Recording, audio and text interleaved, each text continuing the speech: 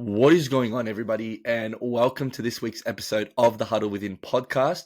As you can probably tell by the sound of my voice, I've lost my voice. I'm pretty sick at the moment. It was a lot worse on Friday when I went to the footy and pretty much lost my voice completely. But I had to get on the podcast today. I had to do this recording because it's quite a special and historic moment that has happened. And given that our podcast is about the fans going behind the deeper meaning and our passions, what better way to kind of express that with the guest that I'm about to have? He is a very good friend of mine. He is an Indiana Pacers fan, and his name is Steven Bitzilis. Basically, for those that do not follow the basketball, the Indiana Pacers have qualified for the NBA Finals. They have a chance to basically win the NBA championship. It's their first NBA Finals in almost 20 years, and it's also the second ever time the Indiana Pacers have made the NBA Finals. And the city that actually invented basketball was Indiana. So this is a big, big moment for those that are Indiana Pacers fans, and especially those living in Indiana, where basketball was originated from. This city, this team, this town is a massive basketball city. So definitely going to have crazy atmospheres in the games where Indiana are playing in their floor. And before Steven obviously comes on, thoroughly deserved. Indiana was very solid this whole playoffs, defeating the Knicks in 6. Tyrese Halliburton and Pascal Siakam, and notably their role players of Aaron Naismith, and also Miles Turner, and a few others as well has shown their class in this series. And Rick Carlisle has proven to be an exceptional coach. Having an opportunity to win another championship with a different team is no steep feat. But anyways, I'm about to welcome on Steven Bitzilis to give his fan perspective on this, and really excited to have this episode. And if it's your first time listening in, be sure to subscribe. My voice doesn't always sound like this for those that are listening for the first time. But if you do like what you're listening to, be sure to leave a 5-star review as well. But without further ado, let's get underway. Welcome to the Huddle Within podcast, where we go beyond the surface to uncover the real impact of sports on our lives, whether it's lessons of resilience, the passion that fuels us, or the stories that connect us all. This is where the game gets personal. I am Daniel, a regular sports fan just like you, and together we'll explore what sports truly means beyond the surface. So step right into the huddle and let's get into it.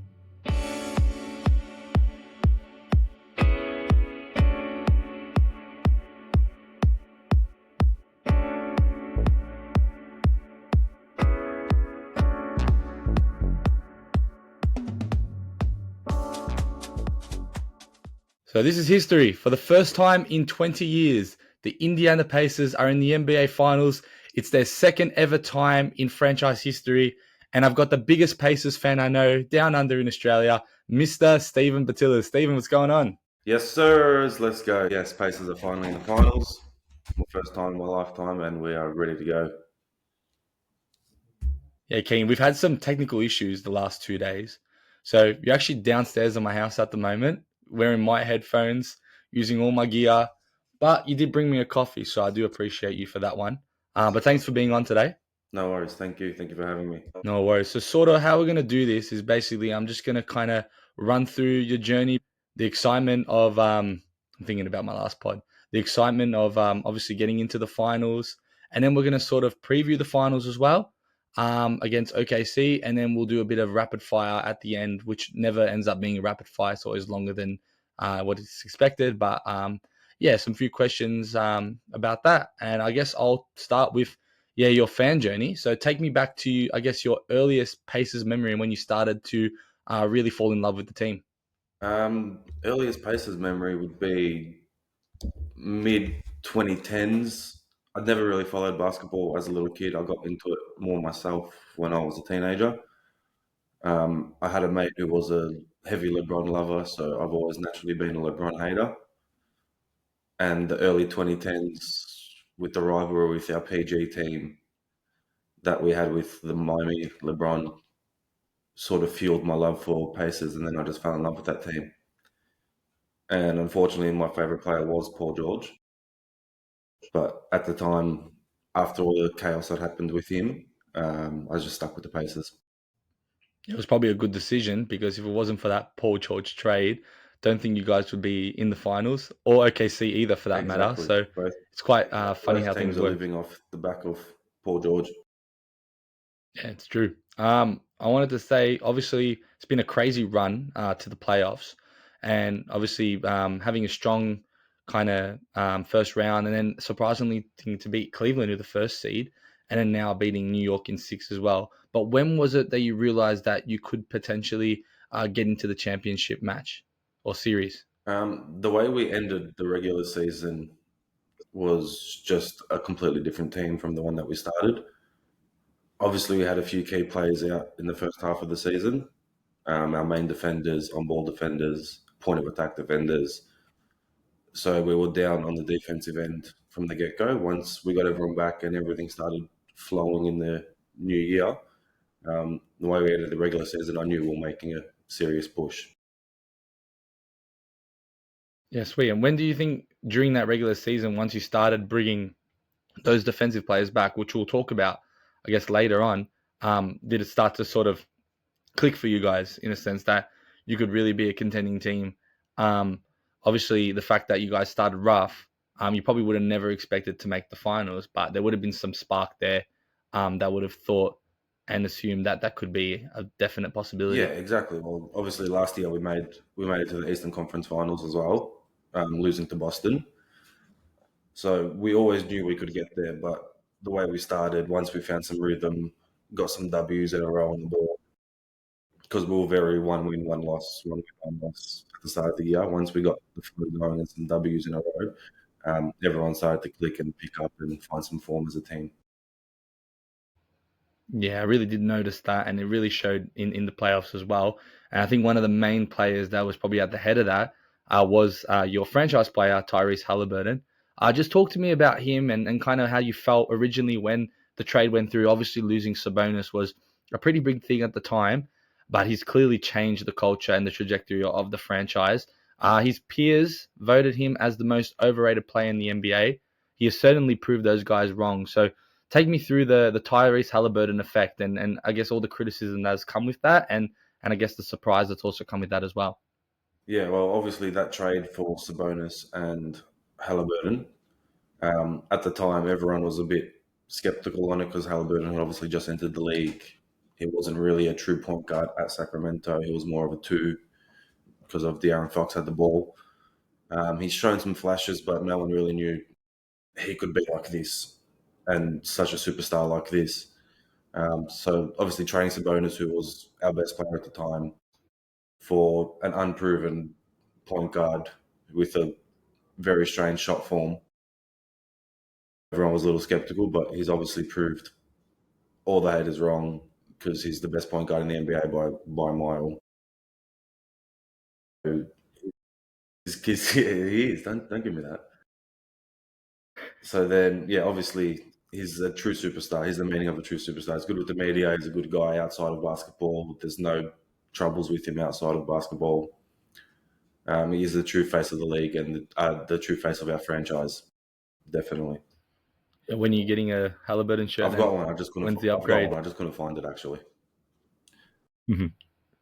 Nah, perfect. Well, I think with having him, you always need a secondary superstar or even someone that's at equal level. And you definitely found that in Pascal Yeah, Siakam, who's been there for a year and a half. And basically, since he's come there, finals or Eastern Conference finals MVP, and has also, since he arrived, got used to back back Eastern Conference finals. So, talk to me about Pascal and his impact to the team to take you to that next step and how you felt with that trade as well. yeah. Again, definitely.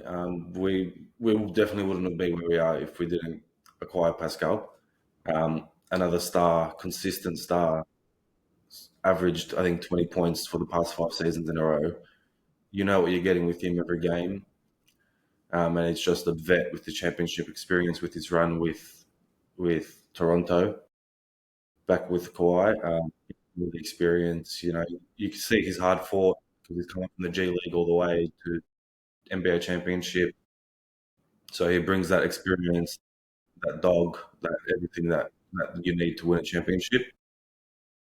The trade was a great trade on our end. It was definitely a win now move, which I saw coming. I didn't think it was going to be Pascal, but we were definitely looking for a win now move with offloading Bruce Brown and who was it, Jordan Norowa, and a couple first round picks for Pascal. That's a bargain in these days NBA.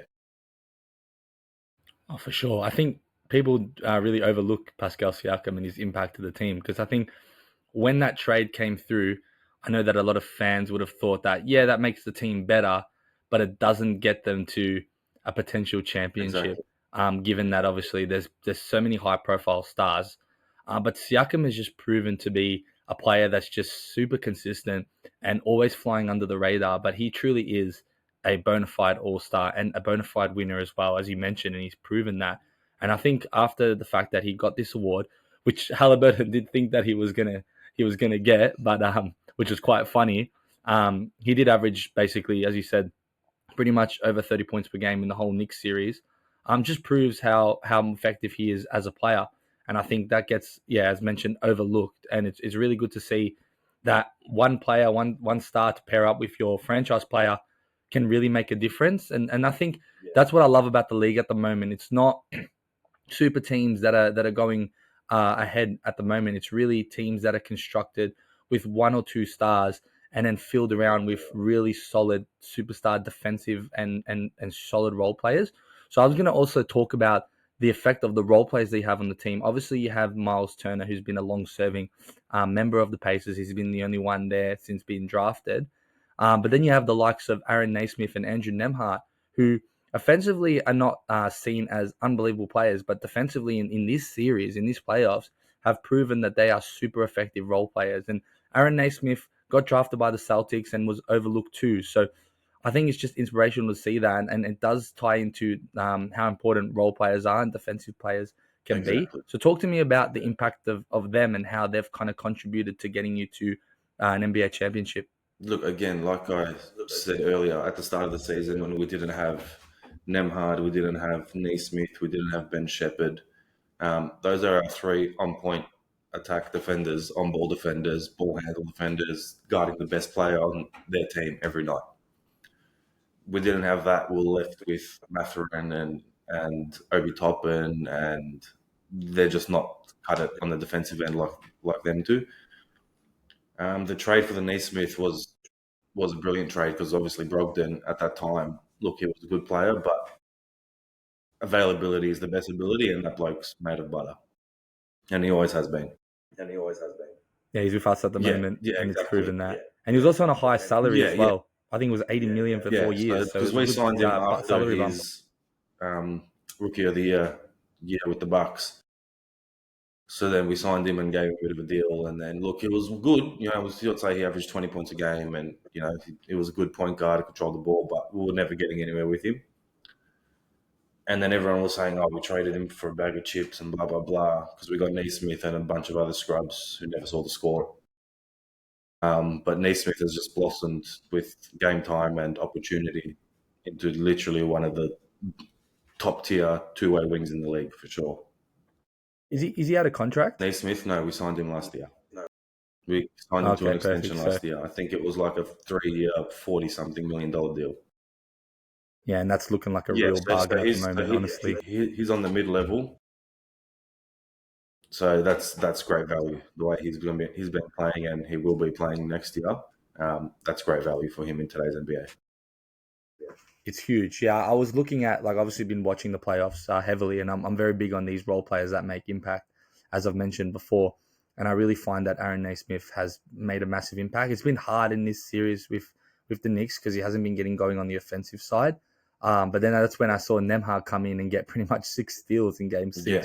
which is pretty crazy as well. And you drafted Nemhard. So kind of talk to me about him as well, because I guess he got drafted and I'm not sure what he was kind of molded to be or potential, but it seems like he's just elevating his role. And I find that a lot of people do say that he talks a lot of trash on the court as well, and you Yeah. wouldn't think it, but He that does. gives such a mental edge to his team. And yeah, talk to me more about that, because obviously you watch these guys on a Well, regular basis. Nemhard was a second round pick. I believe it was a very late second round pick.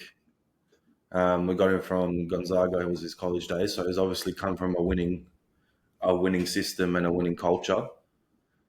He spent multiple years in Gonzaga, so he was more of a mature age rookie, ready to go. Ready to go NBA, ready NBA body. His mindset's ready to go, which is what we've sort of been targeting the past couple NBA drafts, which I'm sure we'll target again. NBA ready players who are a bit older. Last year we drafted Ben Shepherd, who again, same thing. He was 4 years at college, defensive guard, older guy, ready to go. So you can see that's sort of the system that Rick and the management team's working with.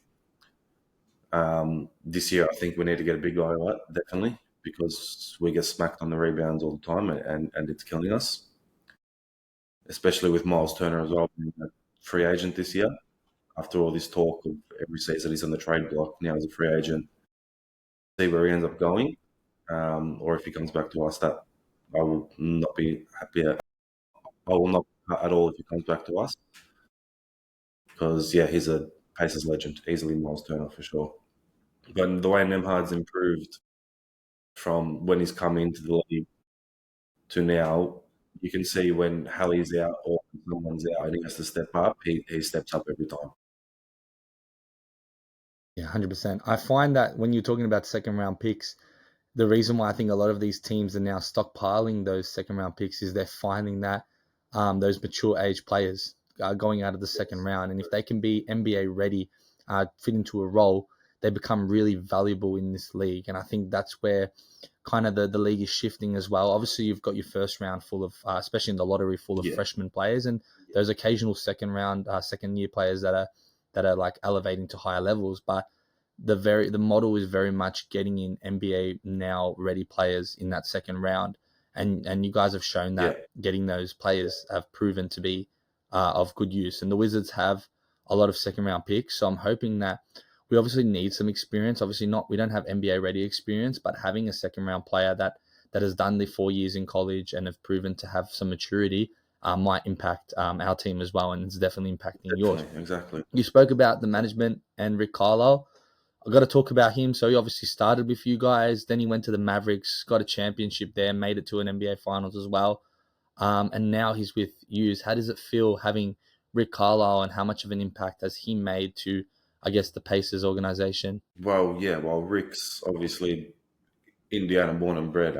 He bleeds blue and gold. Obviously, I believe he started as an assistant coach with us and then took over as head coach. And then, went to Dallas, done what he done in Dallas with Dirk and everyone. Came back and brought that NBA championship experience and championship quality, which is something we were screaming for at the time after going through a couple of bum coaches during a rough period. But he brings in that experience, that know-how, the knowledge of what it takes and what you need to do to get to the end goal in the NBA, which is win the championship and raise a banner in Indiana, which we haven't done yet. There is no banners in Indiana. Hopefully this year is the first banner that goes up in Indiana. Yeah, for sure. I hope for your sake as well. And we're going to sort of get into that now. So breaking down the NBA Finals, you guys are coming up against a very strong Oklahoma City team. I'm not really sure about your regular season record with them this season, but how do you feel? We always get pumped against Thunder. Their defense is going to be tough to crack, but the role that we're on and the momentum and everything that we've got going at the moment, I think we might give them a crack. Yeah, what do you think would be the key to winning this game? Because obviously, I feel like in that NBA Cup match, I feel like the Bucks sort of figured them out in that game. I was really just to shut down Shea and allow them to kind of just shoot open threes and put pressure on other guards and other players. But it's really hard at the moment, given that it's a 7-game series. You can't really account for that. But what would be your key thing to really stopping this Thunder? Well, the most important thing, obviously, is the defense on SGA. It'll either obviously be Nemhard or Naismith. I believe it'll be Nemhard because Naismith loves to get into foul trouble and he does some silly fouls and he reaches in and does things like that, which you can't have in the finals. Obviously, with SGA being the free throw merchant he is as well, he's already going to get 15 free throws a game. So Nemhard's going to be. I think Nemhard's going to be on him to try lower that as much as possible because Nemhard's got a very good self control, and his footwork is a lot quicker than Naismith, so he can keep up with SGA on the moves and the twists and turns and the drives.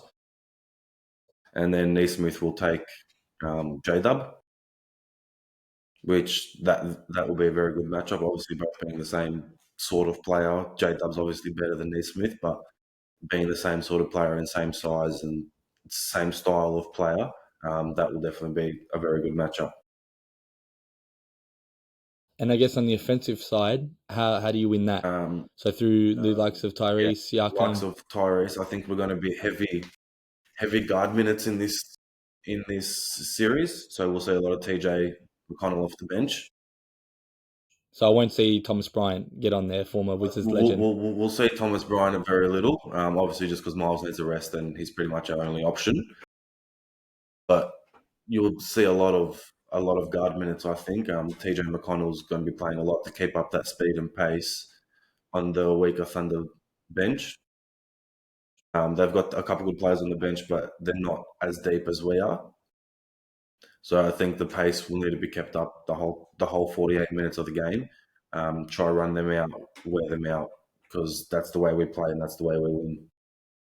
And then obviously Miles is going to be a massive factor in this against the two Twin Towers if they decide to start Ihart and Chet, which they most likely will, because he needs to get some boards ASAP because, that's what he needs to be focusing on in this series is getting the boards and trying to protect the paint a little bit better than he has been in previous series where he's been needed to drag out and shoot the three to open up the space.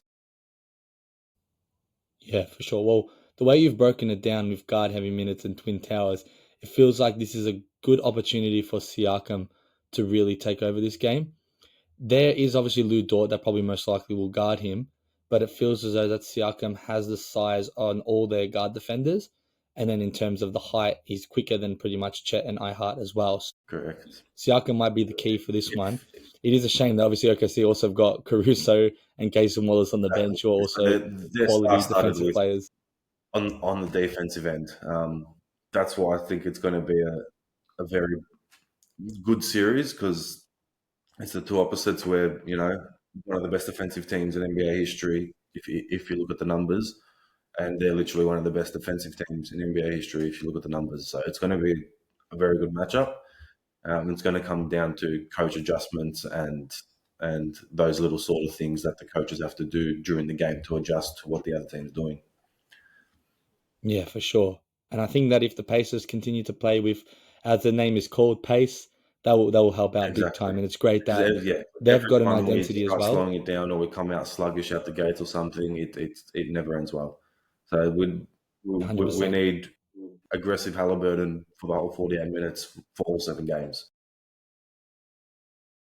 And hopefully that's the case as well. If he's not getting his shot up, that's if he's playmaking and getting as many assists as he possibly can as well. Driving and at least breaking down the defense and then kicking it out rather than just standing outside the three and just passing it around and making dummy moves and dummy screens, and which sometimes they can get into the habit of doing.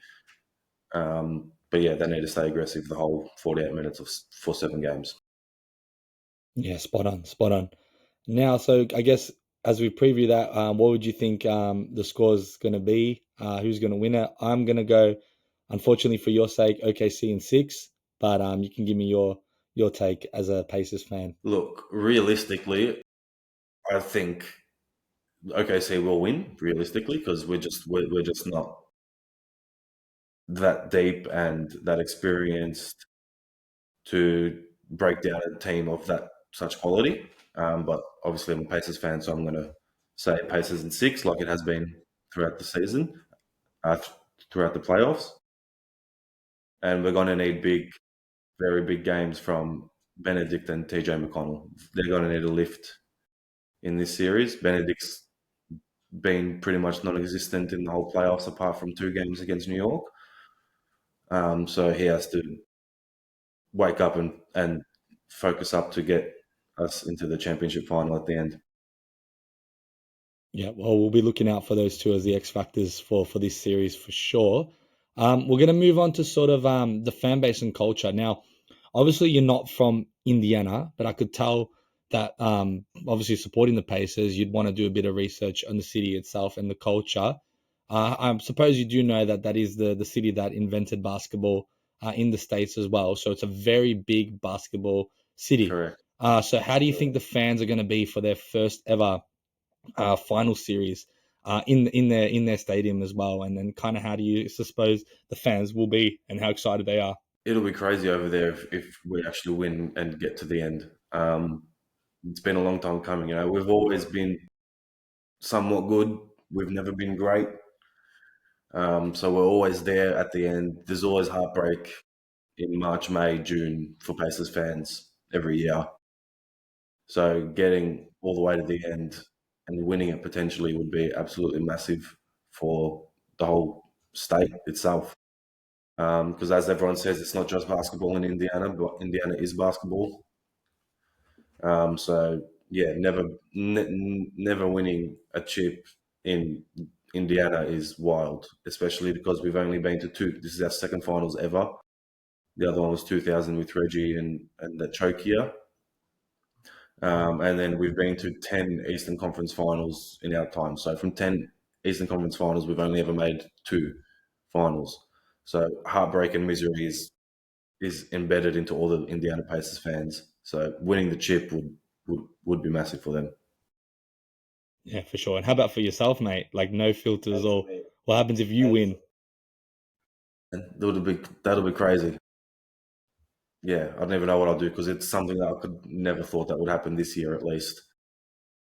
Yeah, you're in a lot of group chats, a lot Yeah, of a lot of basketball group chats. fantasies, tippings. If we win, the slander for a year against all Pacers is put aside. I'm just gonna say every time someone says something bad about the Pacers, I'm gonna be like, we're the champions. Yeah, best way to kind of shut up people, isn't it? I've copped enough from everyone for being a Pacers fan. It's time to reap the rewards. Oh yeah, 100%. All right, we're gonna get into a quick rapid fire round. Just basically answering questions as quick as you can. Obviously, these always go over time. Starting with your favorite pacer ever, which you've probably answered, but you can answer it again. Well, theoretically speaking, it's Paul George, but obviously it's leaning more towards Hallie these days because I'm witnessing his whole career in Indiana, whereas I didn't really witness properly the whole Paul George era. It's sort of all overshadowed by him breaking his leg, and that's the only thing I remember about Paul George as a pacer at this point because it was just so devastating. So I'm gonna stick with Paul George for now, but Hallie's creeping up there. The most underrated pacer this season. We've talked a lot about the role players. So yeah, I'm gonna stick with my boy TJ McConnell. He just any reason for that rationale? he just brings it every game. You know what you're getting with him. If he was a starting point guard on an NBA team and got given a full 82 games as a starter, he would push for an All-Star. I'm not even joking. His per 36 minutes are crazy. Now I've always rated TJ, to be honest, off the bench. He brings a lot of energy. Yeah, great energy guy. So not the most outlandish call. Great energy guy. His steals are good. His defense is good. He just obviously needs to work on shooting from more than 10 feet away from the rim. And one player from Pacers history you wish was on this finals team? I'm going to go with Jermaine O'Neal. Oh, that's a good because, yeah, that's exactly what we need right now. Some big fella to just fight and get the boards and do all the dirty work and bully everyone on the inside and get all the nitty-gritty stuff done. Yeah, that's a perfect obviously one. He's I one of the wouldn't best even pacers think of as that. well. So 100%. He got stitched up at the Mellis at the Palace. Yeah. Or else he would have had a really good Pacers career. Exactly. I would have went Reggie, thinking about it. But then now that you've mentioned that, I think Jermaine O'Neal was the perfect fit for you guys. We've got shooters. That was a good we don't call. I need didn't Reggie. even think of that. As good as Reggie is and as great as Reggie is, we don't need Reggie. We got shooters. We need some bully down there to get nice and dirty with the big guys. Yeah, for sure. And before anyone gives us shit for not mentioning Paul George, I've seen Paul George in the clutch too many times just take the shot and not close out. So I couldn't have him in there taking shots away from I'd Halliburton take and Danny stuff. Granger over Paul George. On this basis team, I'll take Danny Granger over Paul George. We don't need a clutch shooter. We've got the best clutch shooter in the NBA already. Crazy cool. I love it. I love it. Well, speaking of that, I guess my last question is probably already answered. Game 7, last shot to win the championship. Who takes it? Yeah, Hallie. If it's anyone but Hallie, then there's a serious issue going on in the coaching staff. Yeah, you're probably flying there and then having a word with the The player way that does Hallie's that. closed out the games all year, it's a no-brainer. Yeah, for sure. All right, now we're going to get into a bit of a drafting system. So you're the guest that's going to go first. We're going to select our all-time Pacers team. And then after that, we're going to kind of predict if that team could beat this current Thunder team in the finals. So you can go with the first pick starting, obviously position-based as well. So I'm going to start at nice and easy and go point guard Hallie because that's the best point guard we've ever had. all right. I'm going to go at shooting guard Reggie Miller. I'll go power forward, my boy O'Neal Jermaine over Siakam. Jermaine O'Neal, power forward. I'm going to go with Domantas Sabonis.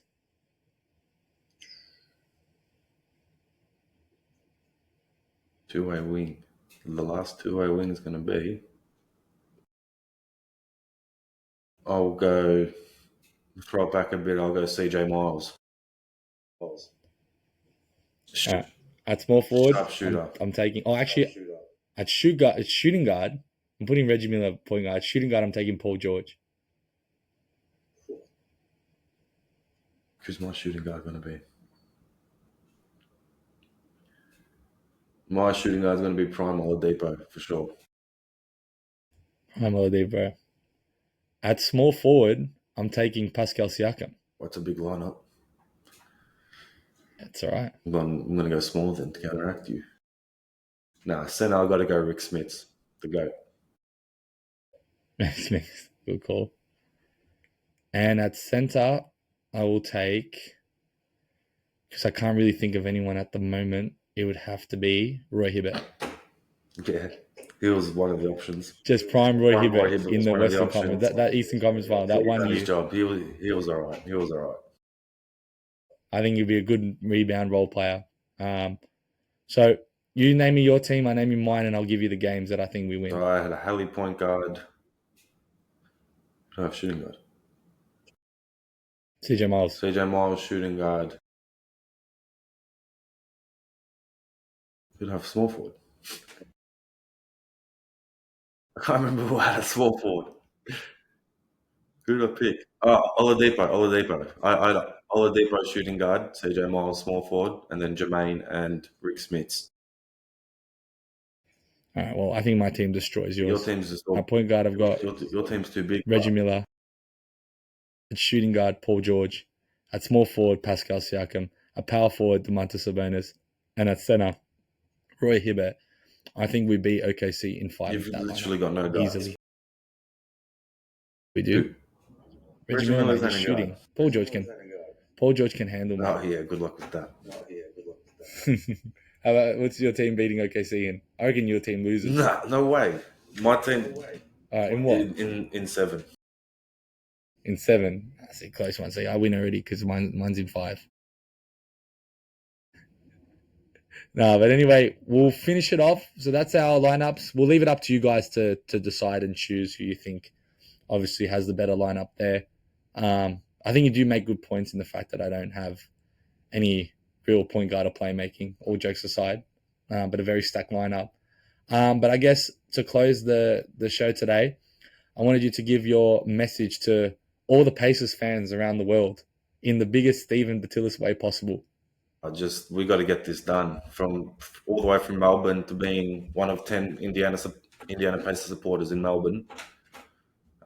We need to get this done and show that we're part of the big time and one of the big markets in the NBA. we're done being forgotten and left out of contenders championship lists and all this other bullshit that they leave Indiana out of. Not mentioning Indiana in any of the talk shows. Stephen A. Smith doesn't even know how to say the word Indiana. He never talks about it. Put us on the map. Let's win this and let's get the job done.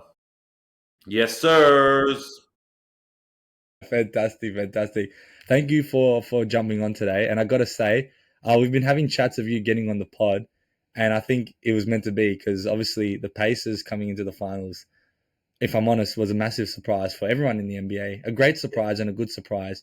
And the way that I know you, the fact that your team of all people have made it to the NBA finals is quite funny. Yeah, look, I didn't think previous to the playoffs, I didn't think we were going to make it to the finals. Like, I knew we'll do a deep run again, but I just thought Boston, as per usual, would just do us again like they did last year. But when I saw that the Knicks had knocked out Boston, I'm like, oh, we're on. Like, we've got Knicks number. Like, we're going straight through. Yeah, fantastic. And it's great. And good luck to you. I know it's going to be a nervous watch, but an exciting one too. It's always good to see your own team in a finals of any sport. I do hope that the Wizards one day get there, but I'll probably have grey hairs by then. But it's been Daniel from the Huddle Within. I've had Steven, the big Pacers fan. Thank you once again for jumping on. And if you guys did like the episode, feel free to leave 5 stars wherever you get your podcast and subscribe. And I will catch you guys on the next one. Make sure to leave a yes, sirs in the comment. Yes, sirs. Yes, sirs. So that's a wrap for this week's episode of the Huddle Within podcast. I appreciate you for tuning in and being part of this community where we go beyond the game and into what really matters. If this episode resonated with you, make sure to subscribe, leave a review, and share it with someone who sees sports just the way that we do. And hey, I'd love to hear from you. Connect with me on my social medias, which will be linked below. Send in your thoughts and even be part of a future episode. Until next time, keep that passion alive, stay in the huddle, and remember, it's always deeper than the game. Cheers.